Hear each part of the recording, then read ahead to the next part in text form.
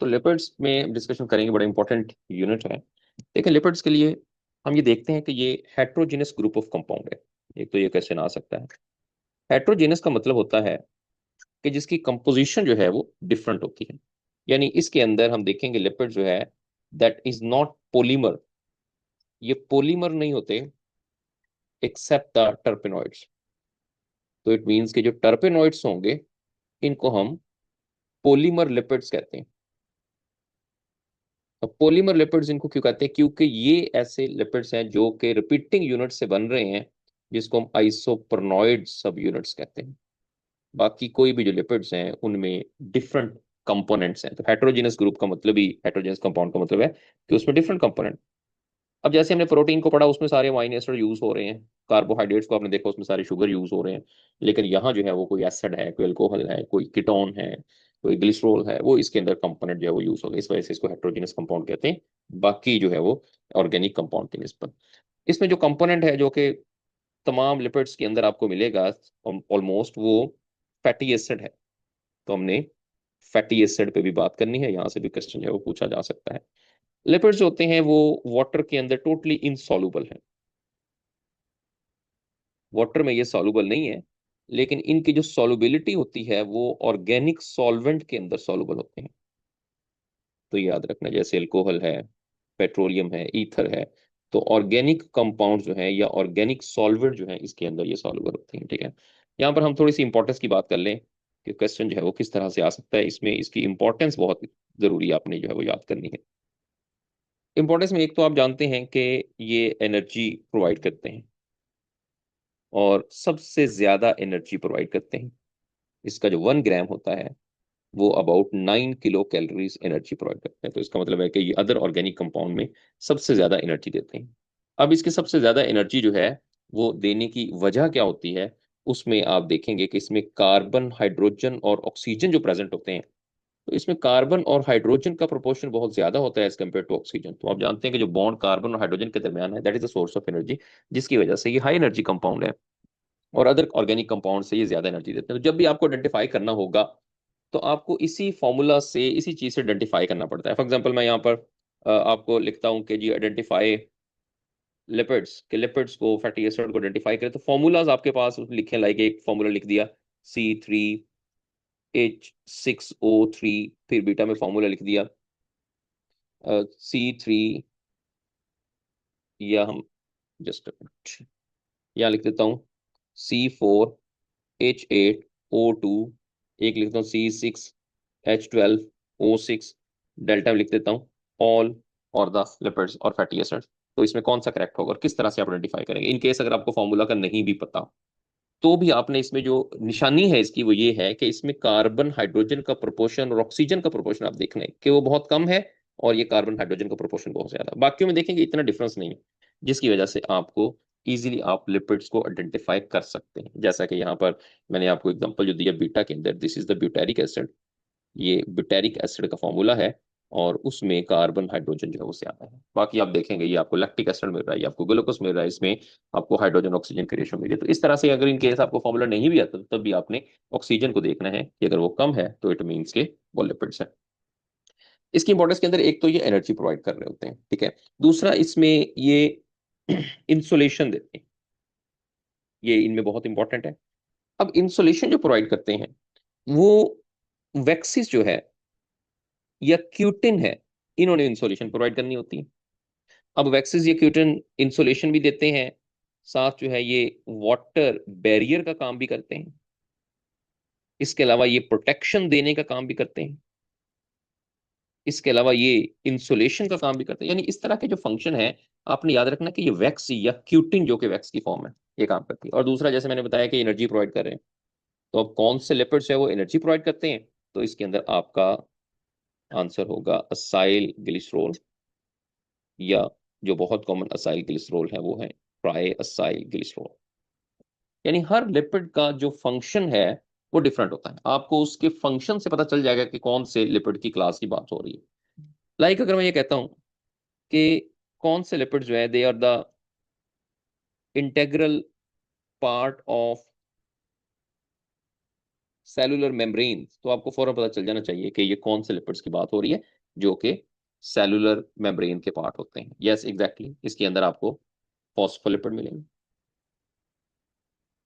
अब वो फॉस्फोलिपिड जो है, they form the bilayer in the cellular membrane, जो फॉस्फोलिपिड बाइलेयर होते हैं। अब ये एनर्जी नहीं देते, इनका डिफरेंट रोल है। ये इसके अंदर एक और जो लिपिड है जो कि सेल मेम्ब्रेन के अंदर प्रेजेंट होते हैं, कोलेस्ट्रॉल, जो कि रेगुलर इंटरवल्स के अंदर हैं दोनों ही। लेकिन अगर पूछा जाए बाइलेयर कौन बना रहे हैं, तो बाइलेयर जो है वो फॉस्फोलिपिड बना रहे हैं। अब इसी तरह से क्वेश्चन अगर आ जाए कि बताएं कौन से ऐसे लिपिड्स हैं जो कि माइलिन शीट की फॉर्मेशन करते हैं नर्वस सिस्टम के अंदर, और नर्वस सिस्टम के सेल मेम्ब्रेन के अंदर प्रेजेंट होते हैं। तो यहां आपका आंसर है स्फिंगोलिपिड्स। ये आपको माइलिन शीट फॉर्मेशन के अंदर जो है वो रोल प्ले करते हैं। इसी तरह से अगर क्वेश्चन आ जाए कि लिपिड्स हैं they used as a hormones, तो वो स्टीरॉइड्स हैं जो कि हॉर्मोन्स का काम करते हैं। बहुत सारे हॉर्मोन्स लिपिड नेचर के होते हैं, जैसा कि टेस्टोस्टेरोन जो है ये लिपिड नेचर का हार्मोन है। फिर एस्ट्रोजन जो है वो लिपिड नेचर का हार्मोन है। फिर प्रोजेस्टेरोन जो है, फिर कॉर्टिसोल जो है, कॉर्टिकोस्टेरोन है, एंड्रोजन है, ये सारे के सारे स्टीरॉयड नेचर के। फिर अगर पूछा जाए कि जो पिगमेंट्स होते हैं जैसा कि कैरोटिनॉइड्स हैं, ये भी लिपिड्स होते हैं जो कि पिगमेंट्स हैं, और इसके अंदर बहुत ज्यादा वैरायटी है। और एक हमारे पास जो है वो लोकल हार्मोन है, एक वर्ड और यूज होता है, दैट्स वेरी इंपॉर्टेंट, इसके बारे में हमने पढ़ना है, प्रोस्टाग्लैंडिन। ये कुछ फ्रांसिस में लिखा हुआ है, कुछ के अंदर इसकी बात नहीं की। प्रोस्टाग्लैंडिन भी लिपिड है, ये लोकल हार्मोन्स के तौर पे काम करते हैं। इनके लिए वर्ड लोकल हार्मोन्स है वो हम लेते हैं। अब लोकल हार्मोन्स ये क्या करते हैं, ये हमारी बॉडी के अंदर जो प्रोस्टाग्लैंडिन्स है ये इन्फ्लेमेशन कॉज करते हैं, पेन, फीवर, ये जितनी भी जो हमारे बॉडी के अंदर चेंजेस आती हैं किसी इंफेक्शन के रिजल्ट में, वो सारी की सारी प्रोस्टाग्लैंडिन। वैसे इनका रोल जो है वो प्रोस्टाग्लैंडिन का इम्यूनिटी के अंदर भी है, और इसके अलावा इसका रोल जो है वो चाइल्ड बर्थ के अंदर भी होता है।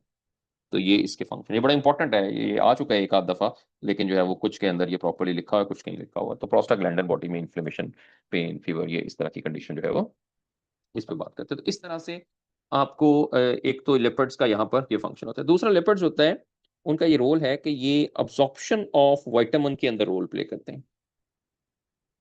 Absorption of fat soluble vitamin. अब फैट सॉल्युबल विटामिन कौन कौन से होते हैं? ए, डी, ई एंड के।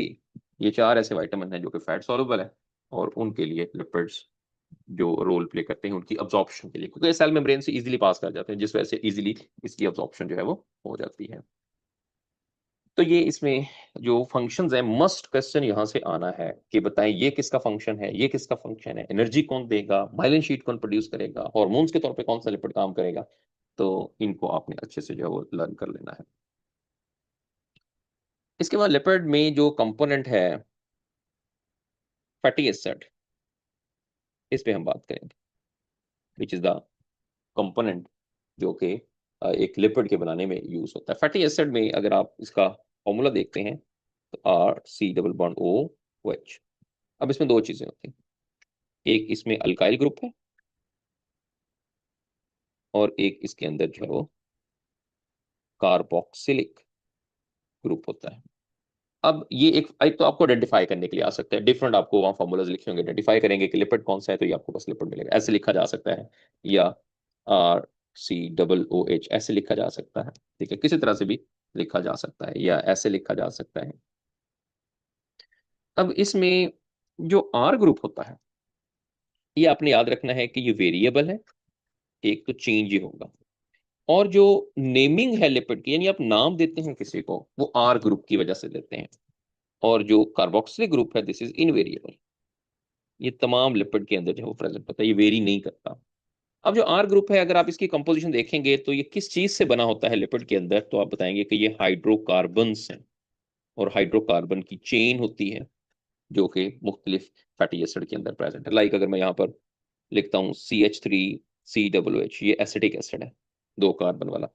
इसी तरह से C3H7COOH, ये ब्यूटेरिक एसिड है। इसी तरह से C15H31 COOH, ये पामेटिक एसिड है।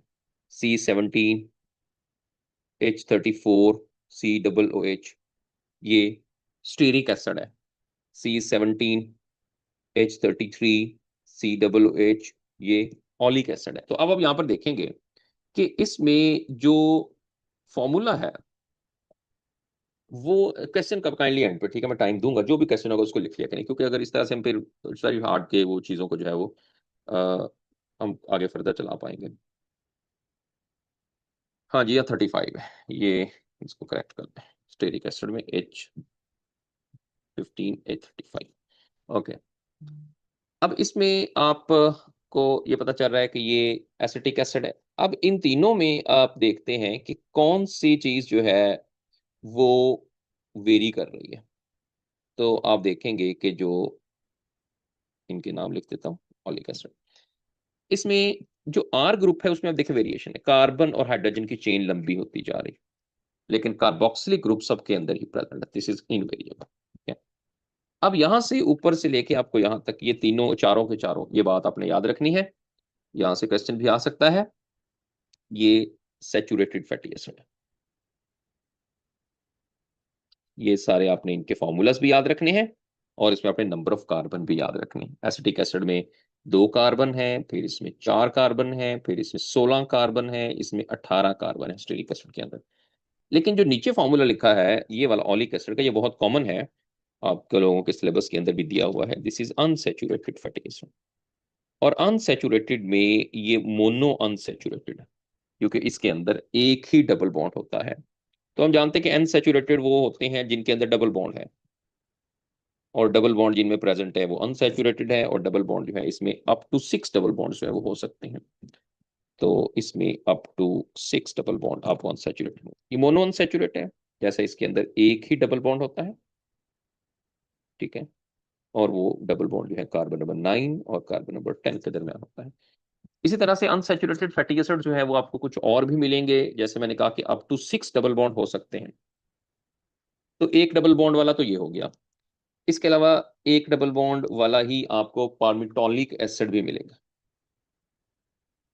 इसके अंदर भी एक ही डबल बॉन्ड होता है। सिर्फ ये याद रखना, बाकी फर्दर स्ट्रक्चर वगैरह याद रखने की अब जरूरत नहीं है आपको। स्ट्रक्चर सिर्फ अपने ऑलिक एसिड का जो इंपॉर्टेंट भी है उसको आपने जो है वो याद रखनी। इसके अलावा एक है लिनोलिक एसिड, जिसके अंदर आपको 2 डबल बॉन्ड मिलेंगे। एक है लिनोलिनिक एसिड, जिसमें आपको 3 डबल बॉन्ड मिलेंगे। एक है एरेक्डोनिक एसिड, जिसमें आपको 4 डबल बॉन्ड मिलेंगे। इसी तरह से एक है इकोसा पेंटानोइक, जैसे इसके नाम से ही पता चल रहा है पेंटा वर्ड यूज हो रहा है, 5 डबल बॉन्ड मिलेंगे। और इसी तरह से इकोसा हेक्सानोइक, हेक्सा वर्ड यूज हो गया, इसका मतलब इसमें 6 डबल बॉन्ड मिले। तो इट मीन्स कि जो डबल बॉन्ड है उनमें वेरिएशन जो है वो आपको मिलती हैं, और उन वेरिएशन में आपने जस्ट ये नाम याद रखना कि इनके अंदर कितने डबल बॉन्ड है। बाकी इसके अंदर आपको ऐसे सारे के फार्मूला याद रखने की जरूरत नहीं है। हाँ, जो आपकी बुक के अंदर लिखे हुए हैं आपने उनके जस्ट फार्मूला जो है वो याद रख लेने हैं, ताकि इन केस अगर क्वेश्चन में आ जाए तो आपको फार्मूला का और नंबर ऑफ कार्बन जो है उसका पता होना चाहिए। अच्छा, इसमें जो फैटी एसिड्स होते हैं, जैसे मैंने कहा फैटी एसिड सैचुरेटेड भी हैं और फैटी एसिड अनसैचुरेटेड भी हैं। जो सैचुरेटेड फैटी एसिड्स होते हैं इनके लिए हम वर्ड यूज करते हैं फैट्स, और जो अनसैचुरेटेड फैटी एसिड होते हैं उनके लिए हम वर्ड यूज करते हैं ऑयल्स। ठीक है, अब इनको फैट्स इसलिए वर्ड यूज करते हैं because they are the solid at room temperature. ये ऑयल वर्ड जो है वो यूज करते हैं, they are the liquid at room temperature. अब जो सैचुरेटेड फैटी एसिड्स होते हैं ये लीनियर स्टेट चेन के अंदर होते हैं, क्योंकि इनके अंदर कोई डबल बॉन्ड नहीं होता। लेकिन अनसैचुरेटेड आपको डबल बॉन्ड की वजह से उनमें किंक भी मिलते हैं, रिंग भी मिलेंगे, और ब्रांचेस भी मिलेंगी उसके अंदर। सैचुरेटेड फैटी एसिड जो होते हैं ये मोस्टली एनिमल ओरिजिन होते हैं, सवाए एक फिश ऑयल जो कि आप जानते हैं कि एक अनसैचुरेटेड है, और लेकिन उसके अलावा बाकी ज्यादातर ये एनिमल ओरिजिन ही होते हैं। और अनसैचुरेटेड जो है ये प्लांट ओरिजिन होते हैं, प्लांट ओरिजिन, जैसे soybean oil, sunflower oil, canola oil, इस तरह से आपको यहाँ पर मिलती है। सैचुरेटेड फैटी एसिड जो होते हैं उसके लिए हम एक वर्ड यूज करते हैं, ये जस्ट आपने एब्रिविएशन भी याद रखना है, LDL। ये लो डेंसिटी लिपिड्स होते हैं, या इसके लिए हम वर्ड यूज करते हैं they are the bad cholesterol, क्योंकि जैसे मैंने कहा कि ह्यूमन हेल्थ के लिए ज्यादा अच्छे जो है वो अनसैचुरेटेड हैं, ये ज्यादा अच्छे ह्यूमन हेल्थ के लिए, जिसके लिए वर्ड यूज करते हैं HDL।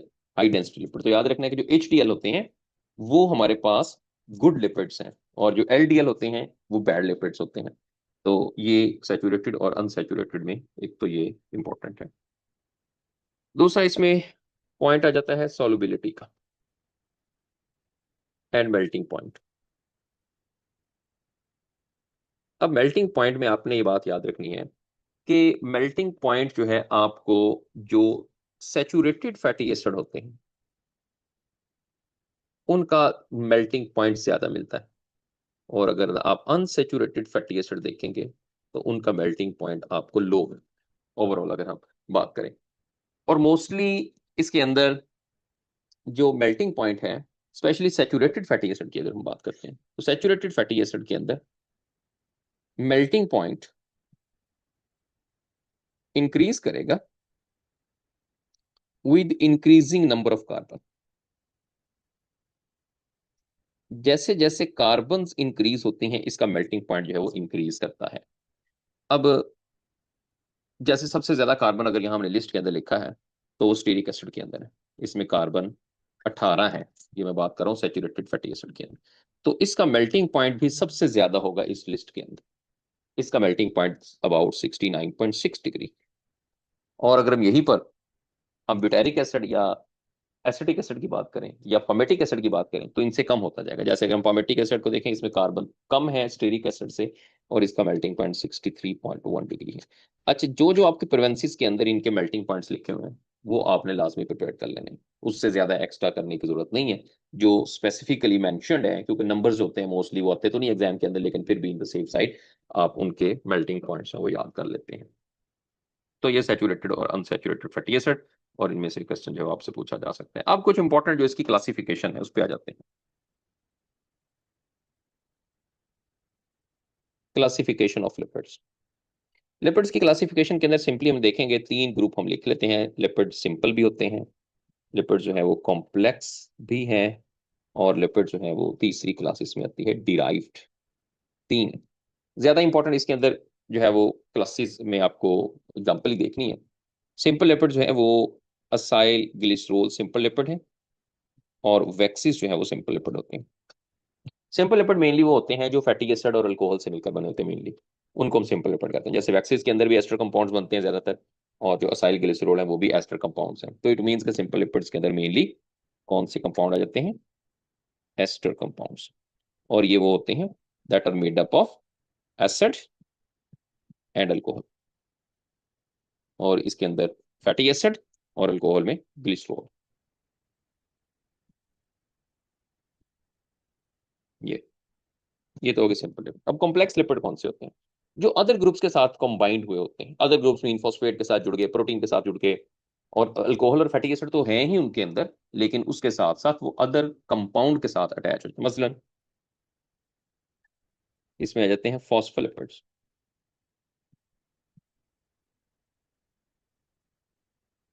फॉस्फोलिपिड इसके साथ फॉस्फेट के साथ अटैच है।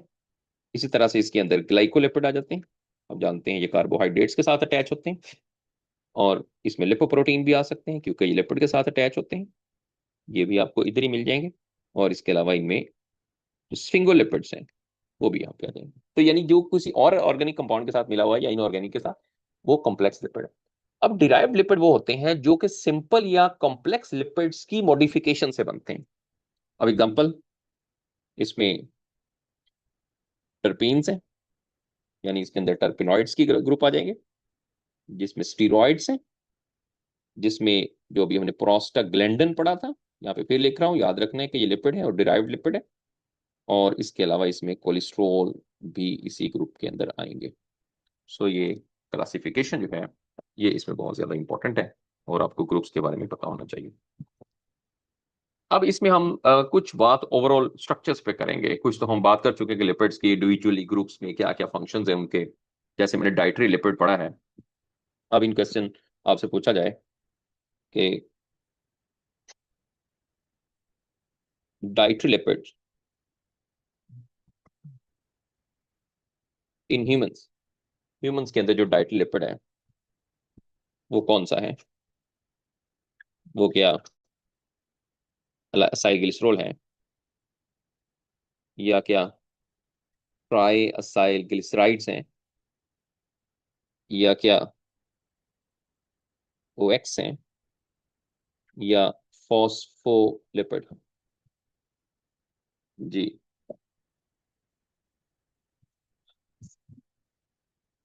ओके, बीटा चूज कर रहे हैं कि ट्राई असाइल ग्लिसरॉल। अगर ट्राई असाइल ग्लिसरॉल ना होता तो फिर हम असाइल ग्लिसरॉल को चूज करते हैं। यहां पर यह है कि ट्राई असाइल ग्लिसरॉल भी एक असाइल ग्लिसरॉल है या ट्राइग्लिसराइड्स, लेकिन ये कॉमन असाइल ग्लिसरॉल है। या जो असाइल ग्लिसरॉल ह्यूमंस के अंदर प्रेजेंट होता है वो इसके अंदर ट्राई असाइल ग्लिसरॉल। अगर ट्राई ना होता तो फिर असाइल ग्लिसरॉल भी सही होता, लेकिन ट्राई असाइल ग्लिसराइड के होते हुए असाइल ग्लिसरॉल सही नहीं हो सकता, क्योंकि असाइल ग्लिसरॉल एक जनरल टर्म है। लेकिन ह्यूमंस के अंदर जो असाइल ग्लिसरॉल होता है वो ट्राई असाइल ग्लिसरॉल जो है वो आपको मिलता है। तो इस तरह के क्वेश्चन जब आ जाते हैं तो आपने उनको जो है वो उसको स्पेसिफिकली आंसर करना है। जैसे इसी तरह से अगर मैं एक तो मैंने असाइल ग्लिसरॉल की बात की जो कि हमारी डाइट के अंदर है, डाइटरी लिपिड है, फूड हमारे जो है वो ब्लड के अंदर ये प्रेजेंट होते हैं ट्राइग्लिसराइड्स। दूसरा ऐसे ही सवाल जो है वो बाकियों में से अगर पूछा जाए कि मैं कहता हूं कि ऐसा फॉस्फोलिपिड जो कि कॉमन है एंड बायोलॉजिकली इंपॉर्टेंट है, वो है फॉस्फोटिडाइल कोलीन, ये उसका नाम, विच इज द लेसिथिन। ठीक है, ये सबसे कॉमन फॉस्फोलिपिड है जो हमारी बायोलॉजिकल मेम्ब्रेन, जैसे हमने कहा कि बाइलेयर जो है उसके अंदर कौन सा लिपिड जो है वो प्रेजेंट होता है, तो फॉस्फोटिडाइल कोलीन जो है ये बाइलेयर में जो कि सेल मेम्ब्रेन के अंदर प्रेजेंट है वो हमें यहाँ पर मिलेगा। अब फॉस्फोलिपिड और भी हैं। फॉस्फोलिपिड के अंदर फॉस्फोटिडाइल सीरीन भी हैं, ये भी प्रेजेंट है। फॉस्फोटिडाइल एथेनॉल अमीन भी हैं। लेकिन जो सबसे कॉमन फॉस्फोलिपिड है वो ये वाला। अगर तो क्वेश्चन पूछा है कि फॉस्फोलिपिड कौन से हैं, तो ये भी फॉस्फोलिपिड है, ये भी फॉस्फोलिपिड है, ये भी फॉस्फोलिपिड। लेकिन अगर पूछा जाए कि बायोलॉजिकली इंपॉर्टेंट फॉस्फोलिपिड कौन सा है, तो फिर आपका आंसर जो है वो फॉस्फोटिडाइल कोलीन होगा। तो इसलिए स्टेटमेंट को गौर से देखना है कि वो स्टेटमेंट में एक्चुअली पूछ क्या रहा है। फॉस्फोलिपिड में से थोड़े से इंपॉर्टेंट क्वेश्चन हैं, इन पे हम देख लेते हैं कि फॉस्फोलिपिड जो है इनके लिए एक वर्ड यूज होता है कि these are the derivatives of phosphatidic acid. अब ये इससे डिराइव होते हैं। अब फॉस्फोटिडिक एसिड में क्या क्या चीजें होती हैं? फॉस्फोटिडिक एसिड के अंदर आपको एक जो है वो ग्लिसरॉल मिलता है, दो जो है वो फैटी एसिड मिलते हैं, और एक जो है वो फॉस्फोरिक एसिड जो है वो मिलता है। तीन चीजें मिलती हैं तो फॉस्फोटिडिक एसिड बनता है, जो कि लिपिड नहीं है अभी, जो कि एक ऑर्गेनिक कंपाउंड है। इससे फॉस्फोलिपिड डिराइव होने, कैसे फॉस्फोलिपिड डिराइव होने? अगर हम फॉस्फोटिडिक एसिड के अंदर कोई नाइट्रोजनस बेस ऐड कर दें तो उसके ऐड करने से हमारे पास बन जाएगा फॉस्फोलिपिड। अब मैंने बताया कि नाइट्रोजनस बेसिस कौन कौन सी हैं, सीरीन ऐड कर सकते हैं, एथेनोलिन कर सकते हैं, या कोलीन ऐड कर सकते हैं, कोई भी इनमें ऐड करेंगे फॉस्फोलिपिड बन जाएगा। लेकिन पूछा जाएगा कि अगर कॉमन फॉस्फोलिपिड बनाना है तो कौन सी नाइट्रोजनस बेस ऐड करनी पड़ेगी, तो फिर हमें कोलीन ऐड करनी पड़ेगी। तो इस तरह के सवाल जब आएंगे तो उसको आपने गौर से पढ़ लेना है, उसको देख के उसका आंसर करना है। अब मैं यहाँ स्ट्रक्चरली आपको यहाँ बताता हूँ क्योंकि फॉस्फोलिपिड में से क्वेश्चन आ सकता है। अब ग्लिसरॉल का फॉर्मूला क्या है? Glycerol is CH2OH, CHOH, CH2OH। अब ये ग्लिसरॉल, इसमें कार्बन तीन है, कार्बन नंबर 1, 2 एंड 3। इसमें कार्बन नंबर 1 के साथ आपको फैटी एसिड मिलेगा लाइक दिस, और कार्बन नंबर 2 के साथ भी आपको फैटी एसिड जो है वो मिलेगा। अब यहाँ पर मैंने ये शो किया, इस पे सिंगल बॉन्ड शो किया है, इस पे डबल बॉन्ड शो किया है। तो इसका मतलब है कि फैटी एसिड में सवाल आ सकता है कि जो दो फैटी एसिड है, ये दोनों फैटी एसिड में क्या कोई फर्क होता है? तो यस, इसमें एक सैचुरेटेड फैटी एसिड होता है और एक अनसैचुरेटेड फैटी एसिड होता है। इसके साथ मैं एक ऐड करूंगा फॉस्फोरिक एसिड। अब ये हमने फॉस्फोरिक एसिड H3PO4 ऐड कर दी। अब ये तीनों चीजें ऐड करेंगे तो उससे तो बनेगा फॉस्फेटिक एसिड। लेकिन जब हम इसके अंदर नाइट्रोजनस बेस ऐड कर देंगे, अब नाइट्रोजनस बेस मैं यहाँ पर कोलीन ऐड कर रहा हूँ,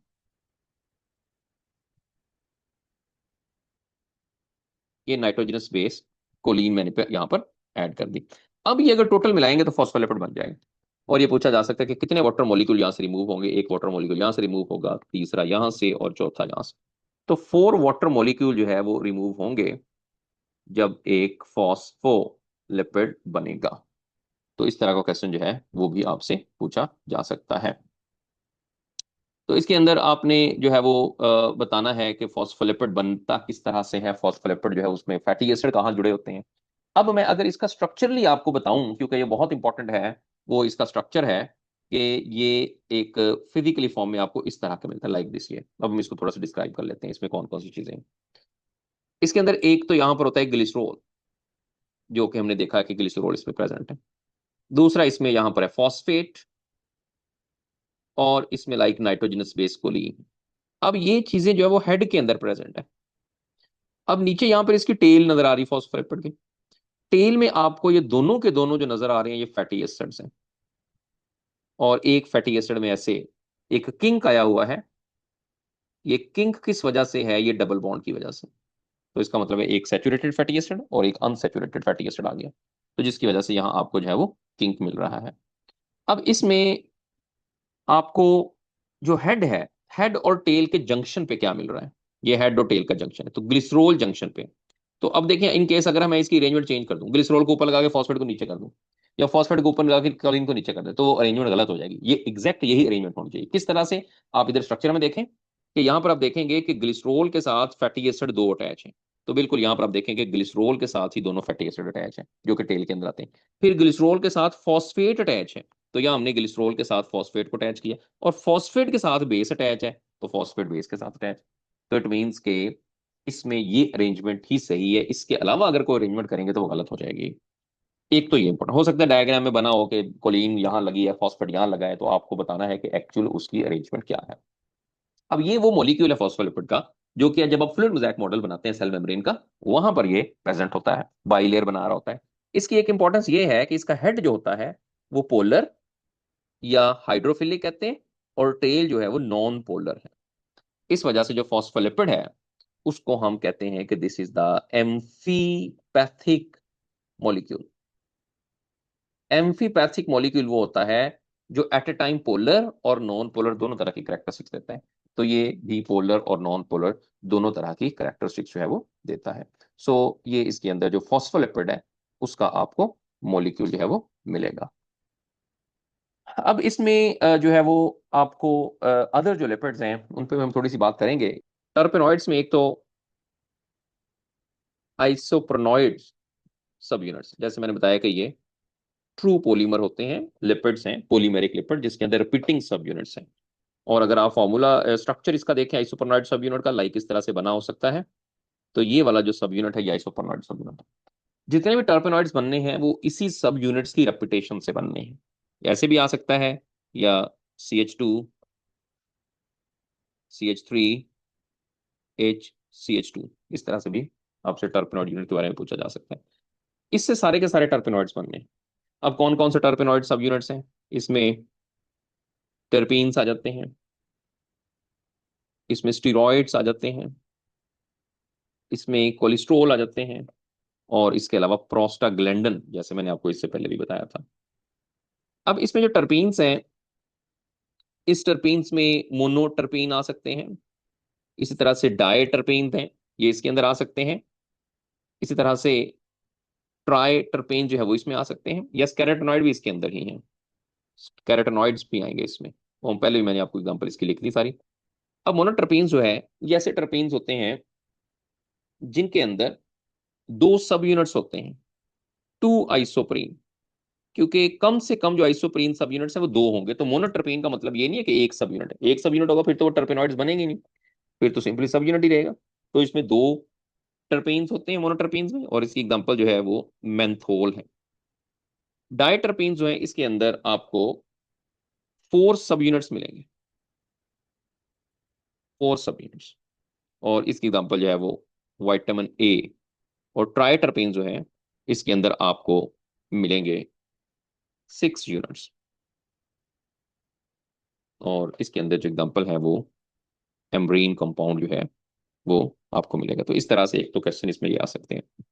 दूसरा स्टीरॉइड्स के बारे में, आपने याद रखना है, मैंने आपको बता दिया कि इसमें हॉर्मोन्स होते हैं। और इसका अगर आप स्ट्रक्चर देखते हैं स्टीरॉयड्स का या कोलेस्ट्रॉल का, तो इसमें आपको 4 रिंग्स मिलते हैं जो कि आपस में अटैच होते हैं। और इस 4 रिंग्स में से 3 जो होते हैं वो हेक्सागोनल है, और 1 जो होता है वो पेंटागोनल होता है। जैसे मैं यहां पर आपको बना के दिखा दूं, एक ये हेक्सागोनल, ये हेक्सागोनल, ये हेक्सागोनल, और ये पेंटागोनल। तो 1 2 3 4 रिंग इसके अंदर जो है वो प्रेजेंट होते हैं। तो ये कोलेस्ट्रॉल है। सेल मेम्ब्रेन के अंदर जो प्रेजेंट होता है वो यहाँ पर जो फ्लूइडिटी को मेंटेन करता है, तो वो भी कोलेस्ट्रॉल है। और इसके अलावा टेस्टोस्टेरोन, प्रोजेस्टेरोन, एस्ट्रोजन, ये सारी जगहों पर जो है ये प्रेजेंट होता है। इसी तरह से एक जो है वो कैरोटिनॉइड्स, ये पिगमेंट है जो कि आइसोप्रोनॉइड सब यूनिट से मिलकर बना होता है। मुख्तलिफ तरह के रंग है इसके, आप जानते हैं, red, orange, yellow, brown, in colour में आपको मिलते हैं। और इसमें कुछ एग्जांपल जो है जिसमें अल्फा कैरोटीन है, ये भी कैरोटिनॉइड्स है। फिर बीटा कैरोटीन, ये भी इसके अंदर आएगी। फिर इसके अलावा इसमें ल्यूटिन आती है। इसके अलावा इसमें जिया जेंथीन आती है। ये जरा कॉमन है जो मैंने यहाँ पे लिख दी, इसी में से क्वेश्चन आ सकते हैं। इनको हम जेंथोफिल्स कहते हैं ओवरऑल। और ये पिगमेंट्स जो है वो प्रेजेंट है, ये प्लांट्स के अंदर भी प्रेजेंट है। हमने फोटोसिंथेसिस में आप जानते हैं कि ये इनका रोल होता है। और कैरोटेनॉइड की जो फॉर्म है, जैसे बीटा कैरोटीन है, ये ह्यूमन आईज के अंदर भी प्रेजेंट होती है, जो कि आईज जो है उसकी प्रोटेक्शन के लिए और विटामिन ए का सोर्स भी होती है। तो ये भी यहाँ पर हमारे पास जो है वो कैरोटेनॉइड्स होते हैं। इनमें से भी क्वेश्चन जो है वो आपने बताना है। यस, कैरोटेनॉइड में पिगमेंट्स आ जाएंगे ना सारे। इसमें क्लोरोफिल पिगमेंट भी इसके अंदर होता है। सिर्फ एक पिगमेंट है जो कि वाटर सॉल्युबल होता है, बाकी सारे लिपिड सॉल्युबल ही हैं। और लिपिड्स ही हैं, वो एंथोसाइनिन है जो कि वाटर सॉल्युबल पिगमेंट है। बाकी सारे पिगमेंट्स आपको यहाँ पर मिलेंगे। लेकिन कैरोटेनॉइड्स क्योंकि उसका यूज है और डिफरेंट जो है वो कंपाउंड के अंदर, और हम कह सकते हैं प्लांट्स के अंदर, एनिमल्स के अंदर, तो वो बाकी क्लोरोफिल भी है, क्लोरोफिल ए भी है, बी भी है, सी भी है, डी भी है, ये सारे के सारे क्लोरोफिल भी यहाँ पर प्रेजेंट होते हैं। तो ये इसके अंदर कैरोटेनॉइड्स का पार्ट था। तो ये हमारे पास आज का टॉपिक था लिपिड्स का। अब इससे रिलेटेड अगर कोई क्वेश्चन है किसी का या कोई कंफ्यूजन है तो आप पूछ सकते हैं।